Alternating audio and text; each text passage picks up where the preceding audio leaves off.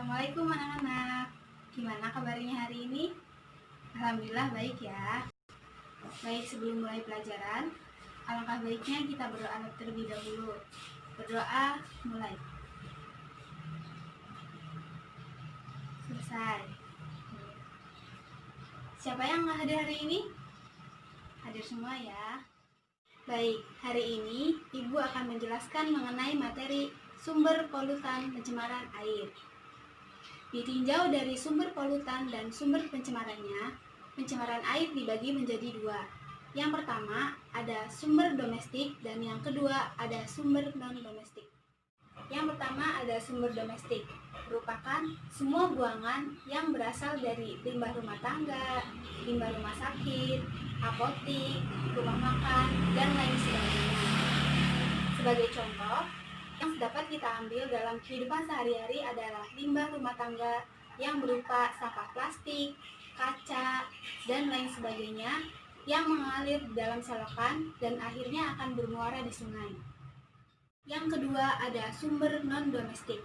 Sumber non-domestik adalah semua buangan yang berasal dari limbah pertanian dan limbah industri.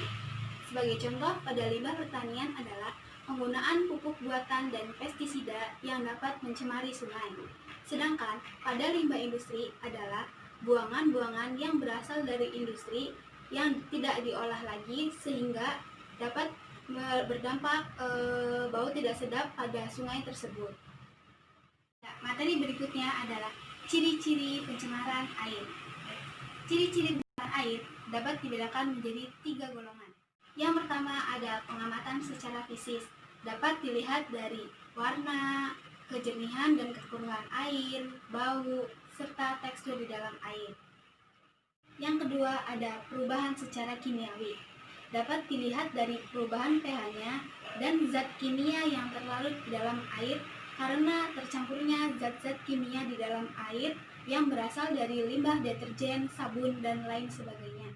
Yang ketiga ada pengamatan secara biologi, dapat dilihat dari mikroorganisme di dalam air, ada atau tidaknya bakteri patogen di dalam air tersebut. Ya, materi terakhir hari ini adalah dampak pencemaran air bagi kehidupan. Pencemaran air dapat berdampak sangat luas, misalnya dapat meracuni air minum, makanan hewan, serta tidak seimbangnya ekosistem di dalam air.